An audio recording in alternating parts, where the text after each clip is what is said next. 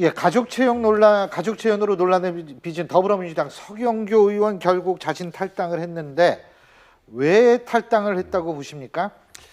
아무래도 지금 더불어민주당 입장으로 볼 때 여론이 워낙 악화됐기 때문에요. 서경교 의원을 갖다가 징계하지 않을 수 없다고 생각을 합니다. 정치적인 고려를 봐서도.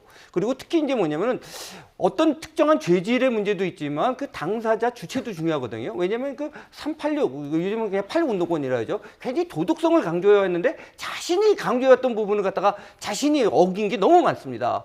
근데 이제 이렇게 돼서 만약에 당규에 의해서 만약에 다 강제될 경우에 이제는 복귀할 수가 없거나 제가 알기로 당원 당규로 볼 때 5년 뒤에나 복귀가 되는 걸로 알고 있는데 이렇게 중징계받아 5년 뒤에 복귀. 그런데 자신이 탈당을 할 경우에는 1년 뒤에는 복귀가 가능하거든요. 물론 이제 1년 뒤에 복귀가 가능한지에 대해서는 또 알아봐야겠지만 적어도 제 생각에는 대선 전까지는 힘들 것 같은데 대선 이후 어차피 다음 총선은 대선 이후에 있으니까 그것을 조금 계산해서 이렇게 자진 탈당 형식을 취하는 것이 아닌가라고 생각해봤습니다. 예. 그런데 서영교 의원은 정치인으로서 생명은 끝난 거 아닙니까?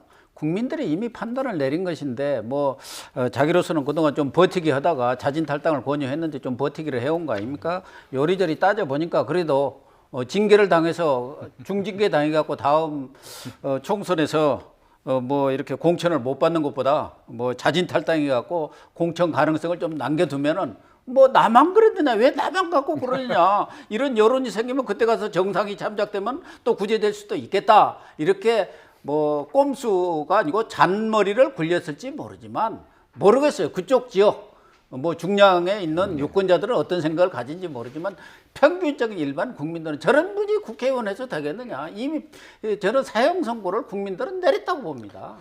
근데 이제 사실 거기에서 좀 복잡해지는 게 이 걸린 의원들이 많아요. 지금 거기서 지금 말씀 걸린 의원들이 많은데 여기서 촌수를 따지는 사람도 있어요. 그러니까 예를 들면 5촌 이상 이거 먼 친척이라서 이 사람들하고 친오빠, 동생, 딸, 남편 이거하고는 좀 다르다라는 얘기가 있습니다. 동의하십니까?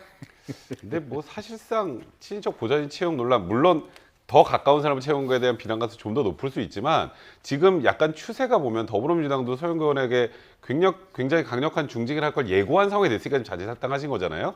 국민의당 같은 경우도 지금 김수민 의원이나 박선수 의원 사실상 또 자진 탈당 출당을 하라 이런 얘기가 나오고 있는 상황이면 새누리당에서도 뭔가 얘기가 나와야 되는데 의원 특권 내려놓기 대책 방안은 나오는데 지금 새누리당도 자유롭지 못하잖아요. 이 부분에 관련해서 이군현 의원 문제도 있고 지금 또 박인수 의원 문제도 있으니까 이 부분에 대해서 새누리당이 이제 오히려 공을 다시 받은 상황이 되지 않았는가 이런 생각이 좀 들고요. 말씀하셨던 것처럼 경중의 차이가 있을지언정 이건 분명히 의원이 특권을 이용해서 무언가 가족들에게 특혜를 베풀고 본인도 어쨌건 정치자금 받아간 상황이라면 새누리당도 무언가 이거에 관련된 명확한 대응을 좀 내놔야 되지 않을까 생각해요. 저는 이제 가족 채용 문제를 갖다가요 자꾸 특권 문제로만 보는데요. 물론 이제 이게 있습니다. 근데 더 중요한 거는 왜 보좌관을 두게 하고 보좌진을 두게 하고 국고를 합니까? 제대로 의정 활동을 하는 거거든요. 근데 의정 활동을 안 하겠다는 의사였거든요. 제대로. 그렇기 때문에 특권뿐만 아니라 이거는 저는 의정 활동 문란행위라고 생각을 해봤습니다.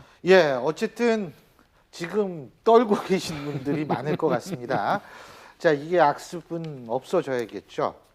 다시는 이런 일 가지고 저희 얘기 안 했으면 좋겠습니다. 오늘 내부 말씀 여기까지 듣겠습니다. 고맙습니다.